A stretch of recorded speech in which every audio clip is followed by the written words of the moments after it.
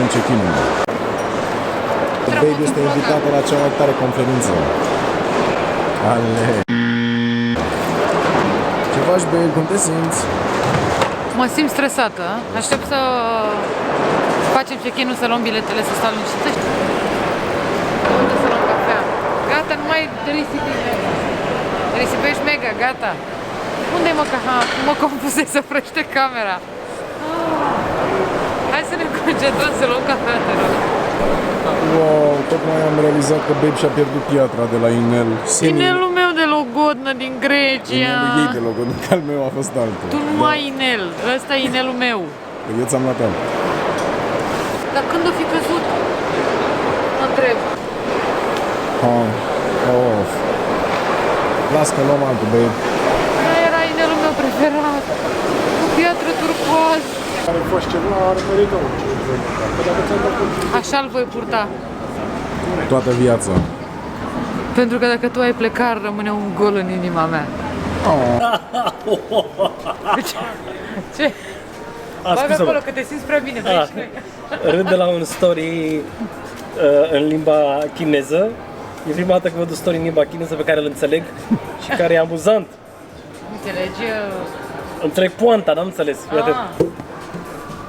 Ceanox, da? Chinezul. Lol. Dar știi cum e în chineză? Sunt mii de semne, știi? Da, mișto. Mișto de tot. Bă, băiatule. Să știi că eu așa sunt o persoană foarte analitică și nu... Înainte să te înjur, îmi caut să te înțeleg și să-mi dau seama că atât pot. Dar tu știi, adică tu încerci să fii foarte bună, dar până la urmă tot ești judgmental. Nu fără judgmental, dar îți realizezi după aia limitările și nu te înjur. Dau seama că ești prost. Da, dar nu mă supăr pe tine, că înțelegi ce zic? Deci dacă urăsc ceva când urcăm în avion, asta este cât de mult durează să stai, să treci de toată lumea, să-ți pui bagajele, să nu știu ce. Am trebuit să o proud de aici, mi-a intrat centura în cur. Asemenea. Ai fost atent la... Am fost atent la toate instrucțiunile de zbor. Da, deci în caz de ceva... Știu eu, vă scot eu. Știu eu calea către ieșire. Da, și drumul spre adonație Copăceni. Unde ai trecut ăștia? Vă duc unde vreți voi. Îl luăm și pe Florin cu noi. Îl salvezi pe el, nu-i problemă. Ok. Cum a fost zborul? A fost minunat. Hai la bagaje, da.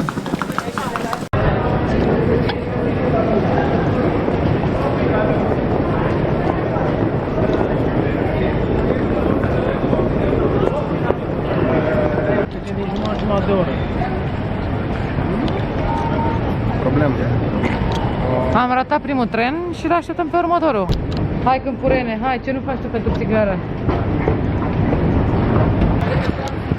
Așa e. Chiar minunată vremea. Chiar mi-e cald cu toate. Hai, pe da, sunt 9 grade.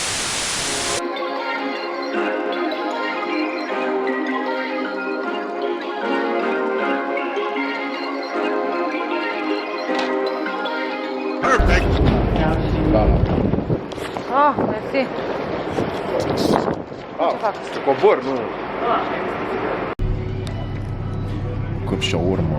Turkey shawarma, de fapt e un lahmacun shawarma. Și comanda s-a făcut. Voi până vine... Comanda s-a făcut prin mâini. Uite ce e de Nu prin cuvinte. Moțofloacă. Hei! Cam puțină lumină.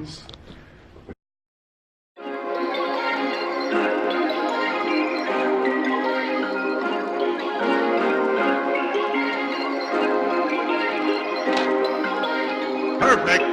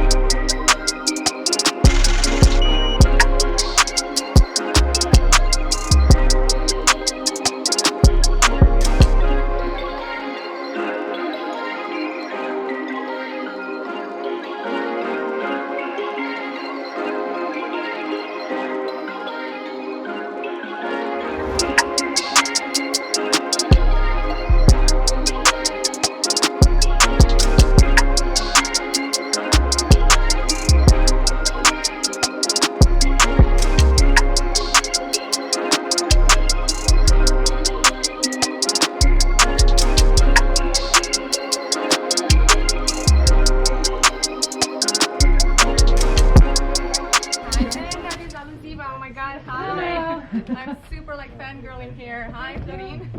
So let me just introduce you to one another. Una, îmi pare foarte bine să vă cunosc. Alina, sunt Catalina, îmi pare foarte bine să te cunosc. Bună! So it's like, so ALUZIVA is a Romanian influencer who I've been watching a lot of the videos of in the past days, and they're absolutely amazing. Thank you. And Florin is actually an artist from Romania who I used to follow as like from my teenage years. So I'm just a little bit like starstruck right now. So, hi, welcome to Maastricht. Really awesome to have you here. So, and then we have here the designer side of the influencer today. You're going to be in the same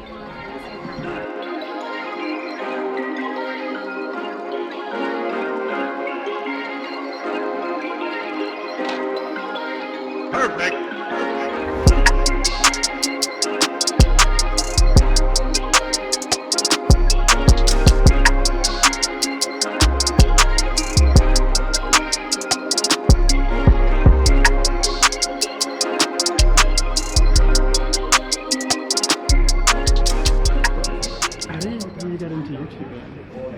What do you mean? How? Yeah, like that's. I mean, I'm super into social media, so the thing that would touch last would be YouTube because I would have no idea how to like handle it. Well, I was a journalist before. Okay. I wasn't afraid of talking to people or to a camera. But I first started my YouTube channel in 2013. I was with a friend, and we were making funny content. Sketches. Sketches, yeah. But then I got fired. I got myself a new job. I stopped YouTube for some time, and after having my first kid, I started doing content on parenting and new experiences with the kids. So I didn't have a strategy or something. I just turned on the camera and I was like, hey people, it's kind of the old me is gone. Now I'm gonna be talking like serious shit. So that's how it all started. How did people find you? Like, do you have any like outreach? I'm different. I'm not bragging about myself. I'm not being like, who am I? But the truth is, I am different because I'm not a mommy vlogger. I'm shitmom. That's my my hashtag. That's my content. Because I'm not talking. Yeah, that's interesting about it. That's like tension. Yeah, it's not like it's wonderful to be a mom. Sometimes it sucks. You walk around the house without showering for 4 days. It's like you barely have time to be a woman, and you don't go out that much.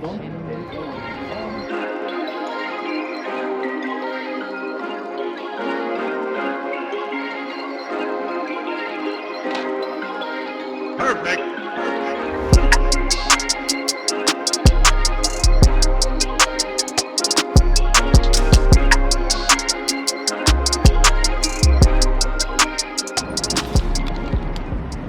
Actually, the rolling paper was his idea.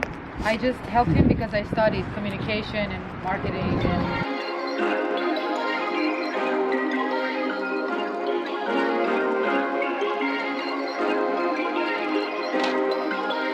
Perfect. Situations in which we assist people and just do abstract research. Also, then we do videos which aim to provide better understanding and information to everybody. And then lastly, we organize events such as this one, which provide better understanding for everybody. So to answer questions of sorts, we have also invited some very amazing experts. My name is Evelyn Brown. I'm from the European Commission, and there I'm working as a legal officer, developing new laws and also making sure that the existing laws that we have in Europe are properly implemented. So hi, my name is Thomas. I come from Haarlem, near Amsterdam, from Holland, and my business is called Management. And what I do is manage some big YouTubers in Holland, running their business, doing their business, but also creating content. Alina Greavu, I'm from Romania. I was an artist and manager, and now I have my own talent agency. And also we have just launched a new platform for influencer marketing. It's called Mockup. And I'm James Panakis. I'm an assistant professor at Maastricht University, splitting my time between the Department of Data Science and Knowledge Engineering and the Faculty of Law. What is an influencer? Influencer is, at the beginning, is a creator. That's very important. they create photos or videos or blog posts and so on. So this is very important. They are at the beginning creators. After they publish content on their platform, and this is very important, is that influencer has their platforms. Celebrities are a very popular person that appears on TV and so on. They don't have their platforms, but influencers have their own platforms. That may be a YouTube channel or a Facebook page or an Instagram account and so on. So an influencer is a creator who publish content on their platform and gathering big, small or big communities. So this is the formula that I'm using. You cannot be an influencer if you are not a creator, if you don't have your own platform, and if you don't have your own tribe or a community or an audience there on your platform. And what does the law say an influencer is? That is a good question, because you may be surprised, but at least in European law, there is no definition of an influencer. We did not create laws that are so future-proof that we can foresee any and all new forms of marketing. But when it comes to specifically advertising, we do have laws regulating the relationships between traders and consumers, or any agent of the trader speaking on their behalf. So in that constellation, an influencer, for the purposes of the law, often would fall under the definition of a trader, and thereby would have to also comply with existing laws. Very important to say that influencer is a term that the guys from advertising came with, because the creators, they want to be known and they want to be named as creators, content creators, bloggers, vloggers and so on. But in the advertising industry, you want to get to their audience. You want to get the creators that influence people. So influencers is something that came from advertising, but also keep in mind that these influencers they call themselves content creators. But I think that's a problem too. Okay. Yeah. Please. Because I think at this moment there are too many influencers, or people who are telling they're an influencer, buying followers, buying likes, and that's distorting our business. And that's hard to answer the question, what is an influencer at this moment? Maybe to just mention two things, right? One thing is that, as you said, that the advertisers came up with their influencer, I guess because we've always had influencers in the marketing business. The new thing perhaps now is the social media. Or the same thing with many other phenomena like fake news. We've always had them, but now with social media there's a different, perhaps, distribution model, let's say. And the other thing is that I'm thinking a bit from the data science perspective here, so I'm trying to decompose things. I guess you can look at two things. Maybe one's the domain of whatever the influencer is active on, either from the background, so we have celebrities as you mentioned, but we might have also, I don't know, journalists. Yes. So different, let's say, expertise perhaps, if you can say that. So what I hear from you is that there's this monetization that I mentioned, right? So you're mentioning advertising. Advertising is one way of monetizing influencer marketing.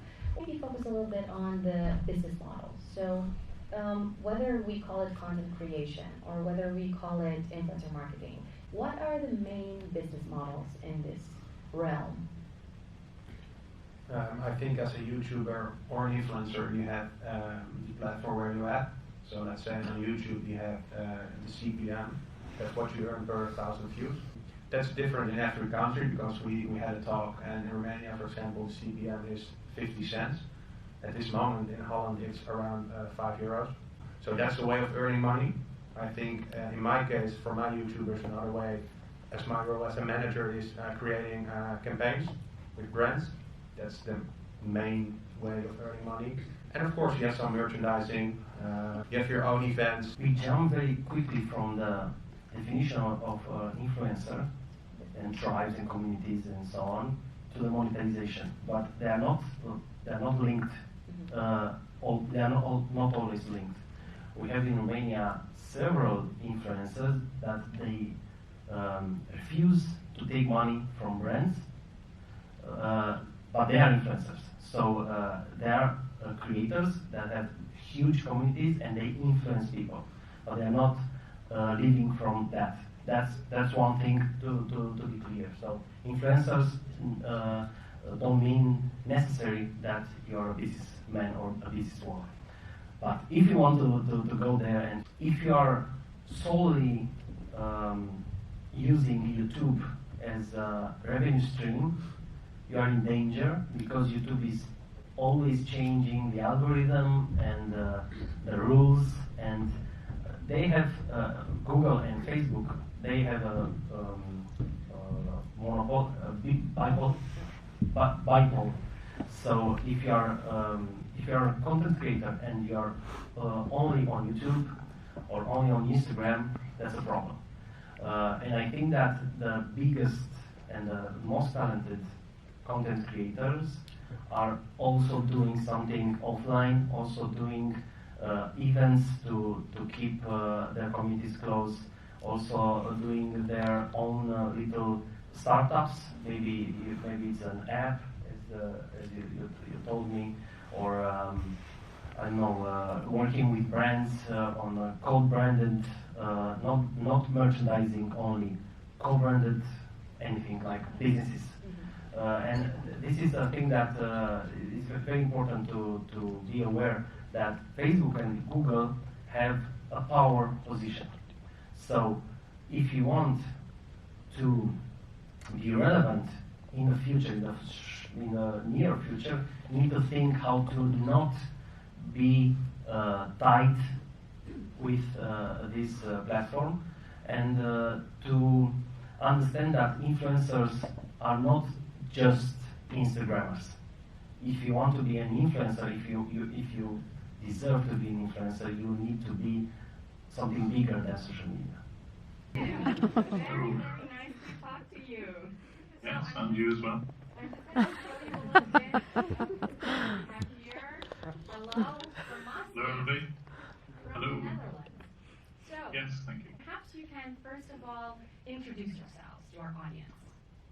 Yes, hello, good afternoon, and firstly, apologies for not being there in person. I really did want to do that, and the reason why I've got like this dog avatar is because I kind of disrupt scams. So that's my business, if you like, is on YouTube. I produce YouTube videos, and it's all about these scams, and they tend to be computer-based scams. And say I've got about 500,000 followers on YouTube, and yeah, I've got quite a number of videos on there. Wonderful. So we're very, very happy to have you live with us today.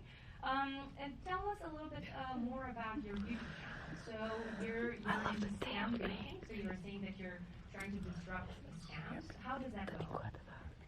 Exactly. So I think probably everybody has heard of computer scams. So you get a cold call typically, and it'll be from someone who says that we're your computer maintenance company, or we're Microsoft, and you have a problem with your computer, and quite often this will lead to these scammers getting remote access to your computer, and they will ultimately try and get money out of you. Really, that's what the scam is all about, trying to get into your online bank account. So what I do is I go after those scammers, and I try to find out who they are and how their scam works. And sometimes it's even possible to shut down some of those call centers. So yeah, I've had a fair bit of success, and I've published a lot of this on YouTube. So a lot of people tune in for that reason. So just like we did last time, let's start a round of introductions. And Stefanos, would you like to take it off? Thank you for having me. I'm Stefanos. I'm the Vice President for Global Partnerships at Vice Media. I basically oversee our top 10 clients across all our line of businesses. Okay, hi, I'm Sofia Hertz. I'm a jewelry designer and a collaborative artist who works around digital jewelry. Hi, I'm Laura. I have a blog. Sometimes I have a problem calling myself an influencer. I also prefer the term content creator. It's something in my pastime. I talk about eco-friendly lifestyle and how to give tips and tricks on how to reduce our ecological footprint on Instagram. Yeah. Hello, my name is Alina ALUZIVA on the bell. I'm a journalist, but for 3 years I became a mom. So I started a YouTube channel debating what is happening behind the original moms on Instagram, talking about the less known facts about being a mom. And you have an amazing hashtag. Shitmom. Shitmom. Hashtag shitmom. I wanted to let you say it, not Thank you for mentioning it. Awesome. Hi, I'm Krista. I'm a fashion designer based in London. I founded my own fashion label / think tank where we're trying to use fashion as a medium for sustainability. We have this idea of we don't want to sell you anything new. In terms of we don't want to use any new materials, so we use a lot of recycling and other new technology like 3D printing, artificial intelligence, and so on to actually, figure out what a new, more sustainable way of creating fashion can be.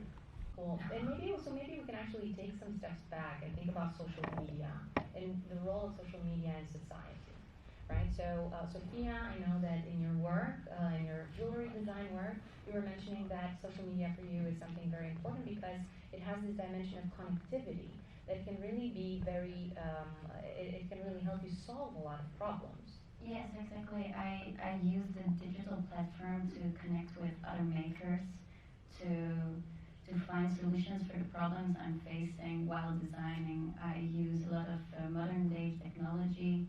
I was working around parametric design, which is mostly used in architecture or product design, but not really common in jewelry design. And then I was connected with other makers who were actually really fascinated by my problems and wanted to, help me. And normally in jewelry design, actually, everyone's kind of secretive about what they do. And here they were, the digital platform was super open and interested and wanted to, find solutions with me for my problems. So it was kind of an interesting discovery to make and feel very connected to people around the world that I would never be connected to. So that's a very interesting positive part of social media. Why do you think, Just wanted to pick in on that I think maybe because it's quite a niche that you work in, like jewelry design, and the thing that I communicate about in Belgium is also still quite niche and quite small. And I noticed that I began to feel quite lonely about my interests, that I noticed my friends were interested in sustainability or eco-friendly lifestyle, and then social media actually turned out to be a place where you could find like-minded people, and it could be a very uplifting place. So in that sense, I think it's something really positive that does connect you with people who have the same interests. Those interests, you might be able to find them in your direct surroundings, but social media is an awesome place in that way. What I'm trying to do is, within my work, for example, I'm trying to bring a sustainable fashion market to an audience that would normally not care for it. My entire plan is to have future club wear, but in a sustainable way, targeting honestly party girls in central London who normally would not care for sustainability. And my background is that I actually used to, for some reason, live with that and experience and not caring at all for recycling or just any nature or the environment in general. And now through social media, I have found the possibility of connecting these people through also fashion as something that they desire, with people who really love the technology of finding new solutions on how to deal with waste, recycling, and so on. You can connect people in different places all over the world with each other and basically just moderate it without actually being the sole reason why they're actually talking. Very interesting. So social media is pretty much part of your jobs in one way or another. What are the kind of values that you take to social media in doing this job? In my case, a big percentage of my fan base is formed of mothers or teenagers, mostly girls, like 80% young girls. Trust is one of my most valuable principles. I'm not hiding. I'm not trying to be, wearing the most latest trends. I'm not trying to fit into a pattern that society says. I'm not the perfect shape as a woman. I'm not using the perfect language, let's say. I'm trying to be as normal as any other people could be. So that is why people trust me, because I am myself. I'm being truthful, and I'm not trying to fit. So I'm also being authentic. I'm never afraid of saying what I believe. I'm not ever afraid of turning down a campaign because it doesn't. It's not the same. It doesn't follow my principle.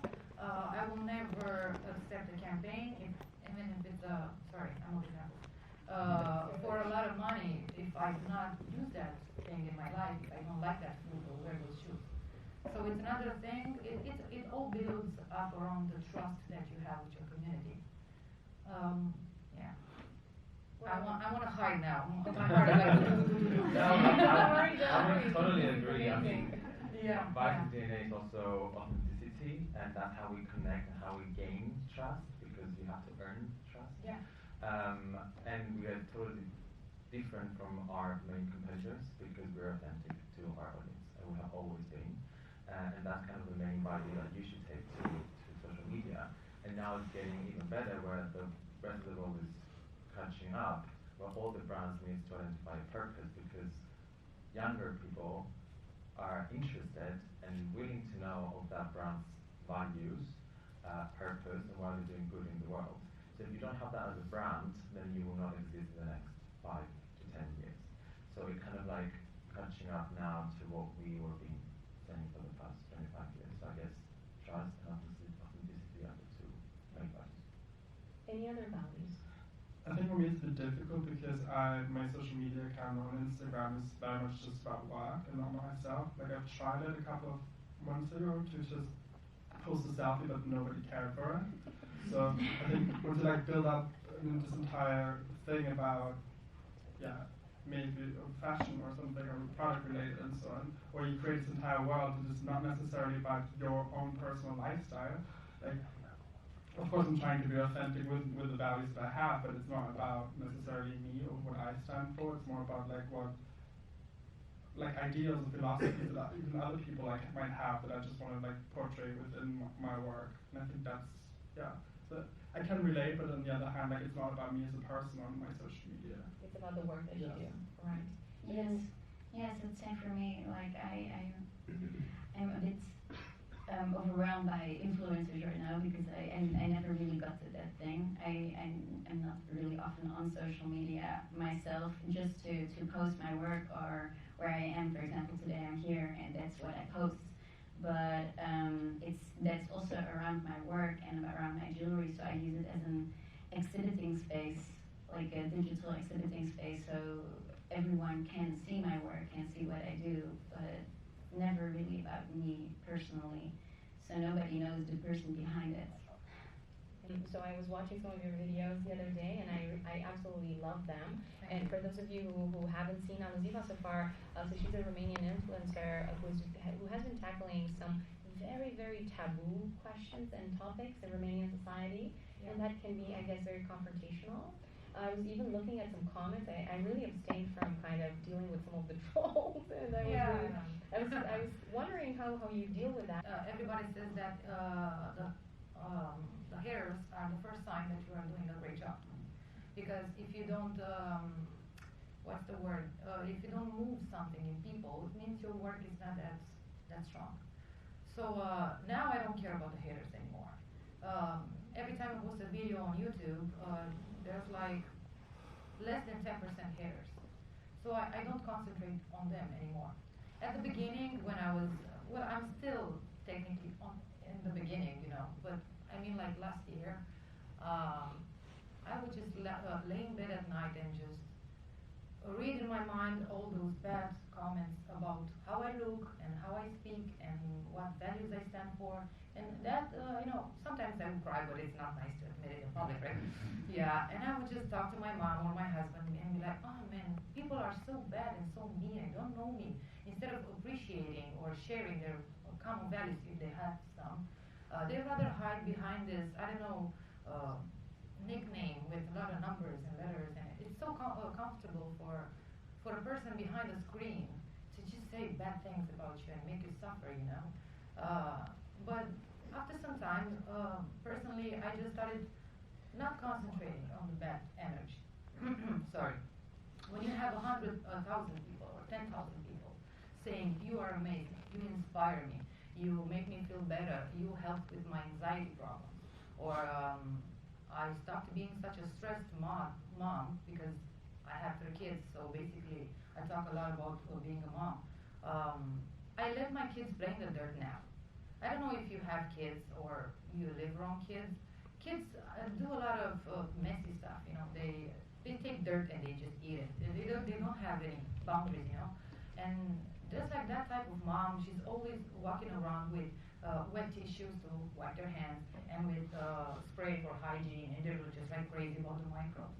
And I was like talking to the moms that follow me, and I was like, you know, bacteria is I don't know, everywhere, and humans are made from a lot of bacteria, more than we think about. It's like 60 or 70% of us is bacteria.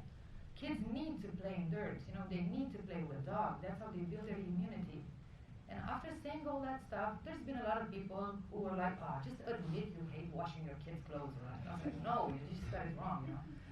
But after some time, I started getting a lot of replies from doctors saying, "I agree with her." So that's how I started also building my trust towards my community, you know, because at the beginning, I was just this crazy mom telling people not to wash their kids' hands. And that was not what I was trying to say, you know. So yeah, I can talk like this for hours. That's great, that's why we hang here and sometimes. Yeah, so that's why I am shitmom. I'm not that, I don't know, unicorn, everything is pink and glitterish mom. I'm talking about the other stuff. The real stuff. Yeah. There's something I was just thinking. I don't really have a lot of like negative comments, also because I'm still a small blogger, and I think people are sometimes scared to like say something mean, or they don't do it in my face at least, which is nice. Thank you.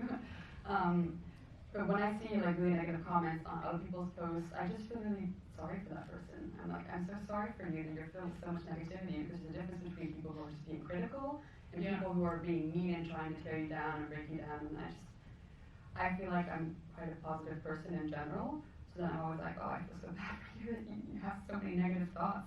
So then that's for me like an easy way of ignoring it. In the last years, I started studying psychology and reading psychology books. I realized that people leave negative comments on your content because they wish they could be in your spot and communicate their ideas, but they cannot. It's also about jealousy. It's also about them not being able to have the power that you have. I have a couple of friends who are also influencers or whatever you want to call them. We didn't really care as much for like the trolls. Like we play this game like Troll Bingo. So whenever like somebody gets some really funny like nasty comment or something, we'll just have a group chat and we'll just make fun of it. So we don't really necessarily even engage with psychology of it all, because who is that person? In a country that perhaps is kind of struggling with modernity and tradition, you know, what is social responsibility in this context?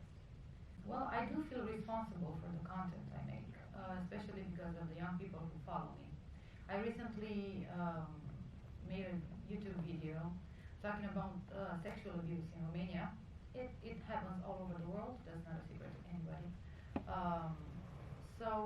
I've received hundreds of not only comments on YouTube, but also private messages on Instagram from people telling me, I've been abused by my mom, or I've been abused by my teacher. There were hundreds of them.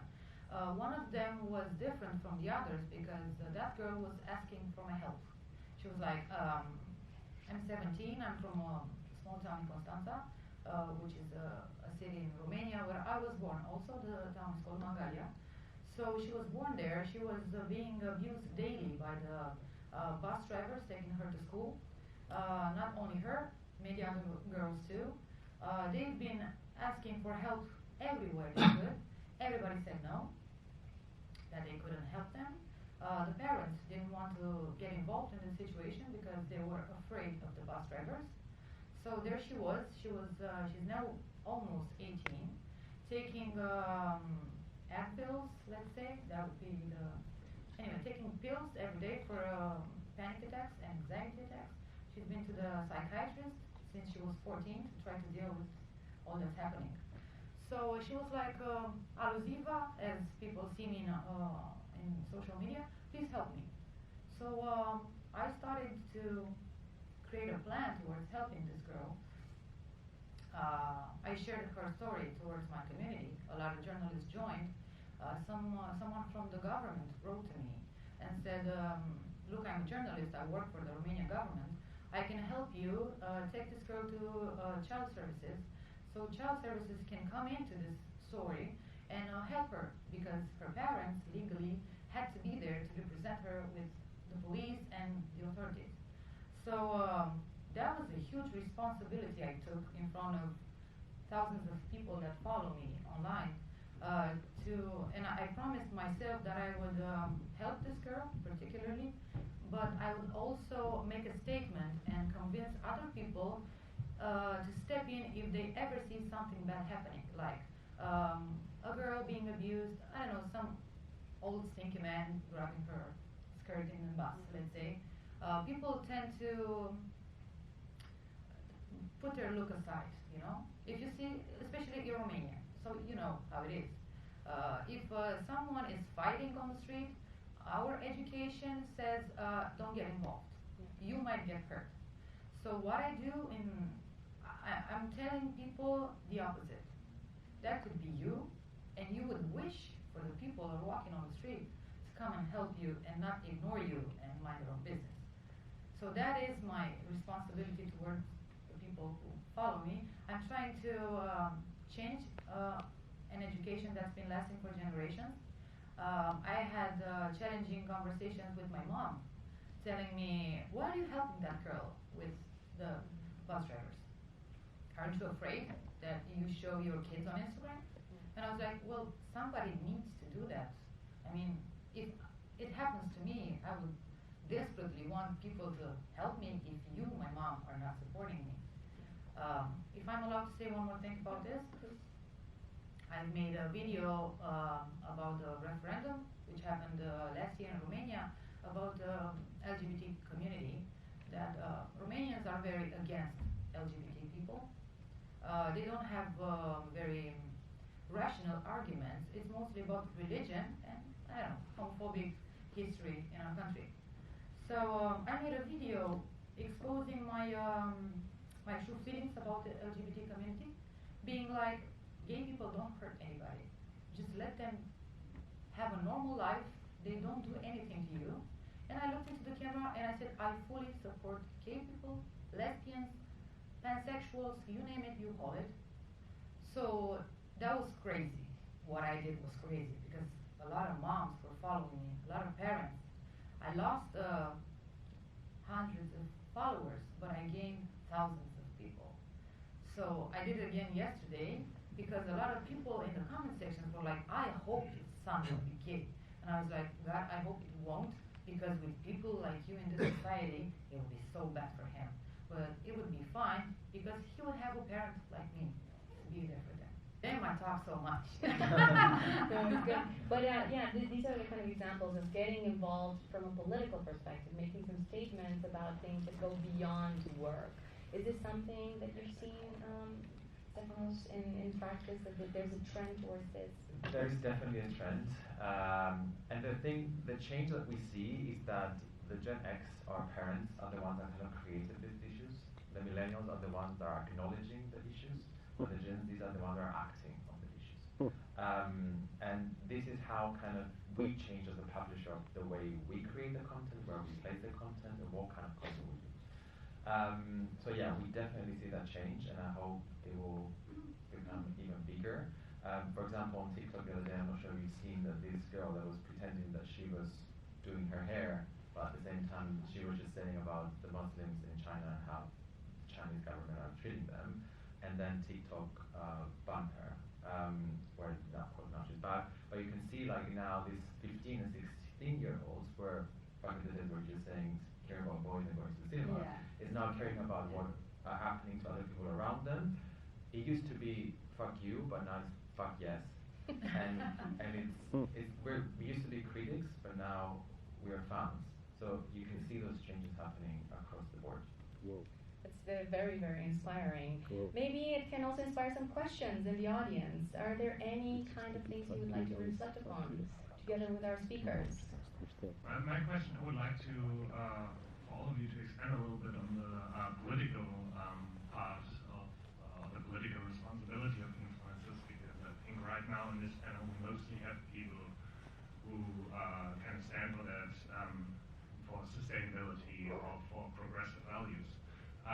But no offense, but I think there are influencers out there who have a reach that is a lot wider, who don't care about it at all, or who may even have different values, or we can see this a lot in the US, I think, with right-wingers really using social media. I think even Vice with Gavin McInnes has some experiences there. So I would like just to know what your thoughts are on the political responsibilities of influencers. Well, as a publisher and as a brand, of course, we don't have any political agenda. Of course, we have a mission, and our mission is to educate and light our audience. We have Vice News, which is primarily focusing on politics. I don't think Vice as a company, yes, it is progressive and it's more to the liberal side, but we're not shutting down what's being said on the right-wing side. We've won many awards on the Charlottesville HBO documentary that we've done, and that was primarily letting the right-wing people express what they think about the rest of the audiences. So we're not shutting down anyone. We let everyone know, and we just let our audience decide in which place they want to be. Any other thoughts?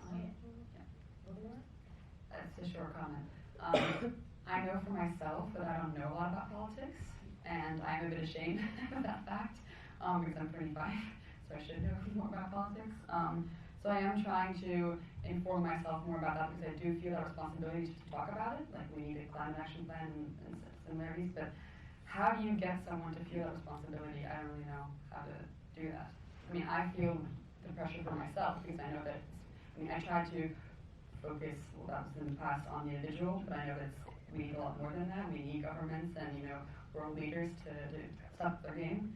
But I don't know how you can, force that responsibility on someone else. It's complex. It's hard. I don't know. You want to say something like Yeah. First, okay. What I'm trying to do is I'm trying to pick people up where they're just not political, which is mostly their aesthetics. Like I'm targeting people who do not care for progressive values necessarily. They care for like looking sexy in a club and like finding their third husband or whatever, or sugar daddy. I try to bring it in a light mood, and then once I caught their attention with aesthetics, with a beautiful dress or whatever, then I can start educating them and picking them up there and leading them towards my values, and also like educating them what purchase they kind of made and what ideals they kind of like bought themselves into. So I think that could be like a way of doing it, like take politics out of it and then lead people towards your path and see where it goes. I think politics is a very tangled subject. I know about the world, but in my country, parents don't really discuss politics with their kids, mostly because parents are also confused. We've been a former communist country. Now we declare ourselves democratic, but it's also like chicken soup. We don't really know what's happening in our country. There's been a lot of citizen movements in past years. We technically, our generation knows the right party not to vote for because they're former communists. But the thing is, we are too hipsters to go to vote. Voting is for old people. Voting is so it's cringy. That's what people believe. Walk around and ask young people on the street.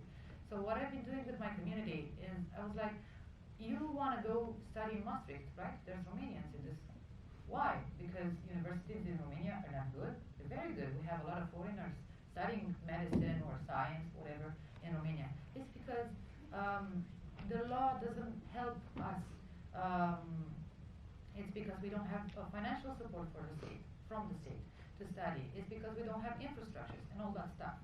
So young people finish small studies in Romania, but go for the big chunk of studying into other countries. And I was like, do you want to leave to London? Do you want to go study in other countries and miss your families and not see your friends anymore? And they're like, no, I want to stay here, but it's really bad. And I'm like, why don't you go vote? You know, there's this thing that people fought for like hundreds of years. Like, you're a woman, you should fucking enjoy voting. You know, there's been a lot of fighting, so you can have that right to put a stamp on a paper.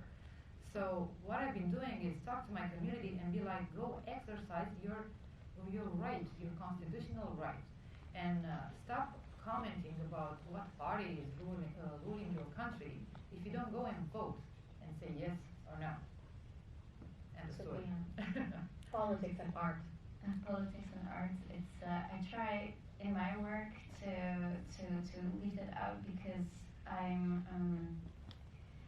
really want to just enjoy also my work, and when I look around me, it's just sometimes a difficult picture, and to put this in my art, to work every day on it, I want to feel connected with people, and it made me very disconnected, but there are some great designers, friends of mine that I know that use this platform of art, of jewelry, of fashion, to show their opinion. I find it very beautiful, but I can't do it.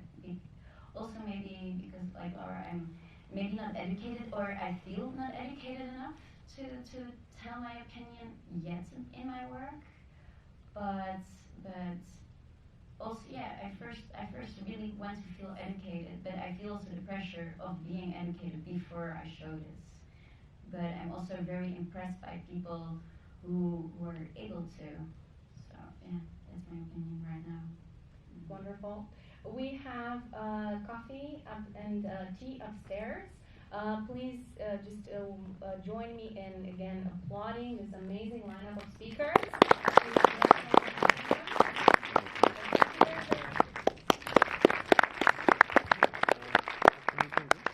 Tips and tricks, but I really want to broaden my spectrum and Cercetare, lege, date, publicitate, așa, o chestie. Frumos. Corect. Deci dacă aveți vreodată chestii din asta, întrebări de pus, gen, ok, cum trebuie să interpretăm chestia asta, sau Dar aveți ca un fel de... E o clinică pro bono. Ce înseamnă clinică? Că în limba română... Înseamnă o clinică, deci este un model... Nu, e ca un consultanță. Nici consultanță. Este o facultate de drept și avem și la București chestia asta. E un fel de spațiu din ăsta unde oamenii poate să-și facă, poate să vină cu întrebări legale, știi? Și oameni care au tot felul de conținuturi, care au tot felul de experiență cu legea, cu dreptul, poate să spună, ok, uite, căutăm aici, facem cercetarea aici, avem cazurile X, Y, Z de la curtea X și practic tu ce poți face este să faci niște briefing-uri din astea de cercetare care oricum trebuie să fie făcute de orice avocat, știi? Numai că un avocat care nu prea stă pe YouTube și nu prea stă să se gândească ce fel de... Da. Și nu e doar despre chestii gen ce fel de clauze trebuie să pui în contract, e și foarte mult despre ce înseamnă libertate de expresie. Ce poți să spui, ce nu poți să spui, care sunt riscurile dacă spui ceva ce s-ar putea să fie interpretat altfel, dacă spui o poză cu, nu știu, ceva terorist pe fundal și vine YouTube și îți anulează canalul, gen is that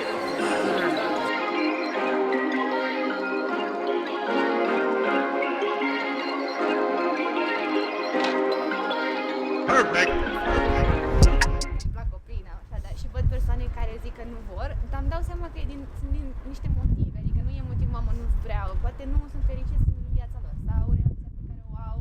Știi, când ești cu un băiat, dacă nu-ți exprimă el sentimentul ăla de father figure, exact, și, atunci nu o să vrei niciodată să faci pe care se poate. Dar totodată femeile mai au ceva. Bine, eu o să fac un video special în care să discut despre asta. Despre cum sunt femeile în societatea actuală. Noi acum putem să avem cariere, ceea ce nu ni se permitea acum 50 de ani. Știi? Și normal că femeile atunci, la 16 ani, deja se măritau, de multe ori nici nu aveau de ales cu cine, li se prezentau un băiat din vecin sau din alt regat sau alu nu știu cine și cam asta era, gata, de acum încolo stai la casă, faci copii și Hashtag shitmom. Discutam despre niște lucruri pe care nu pot să le comunic. Ce faci? Bine, tu? Bine. Foarte bine. Foarte bine. That's very good. Yeah. Very good. What about the girls? Are you hungry? Super hungry, Super starving. hungry. Oh my god, starving. For that Everything. for the cheese to free. For the cheese thing. Yeah, totally. I'm gonna do that. But is it left or right? The cheese is gonna remember me. Is it left or right? I don't know. Doesn't cast coquette. I want the right. I want the right Yeah, thing. yeah, yeah. Same. The cheese looks cheesier. Which one is? I have it, but I don't never use it. Yeah, I have it. No one our age It's is so on. random. It's just. No one our age is. I have Do you 3 have friends on followers. Twitter? No. Tu? I have a Twitter account, but I've never used it. It's for like. Nobody's getting there. It's for journalists and politicians and. Mostly, news. yeah. And Trump. And Trump. Trump. Totally Trump. It's his.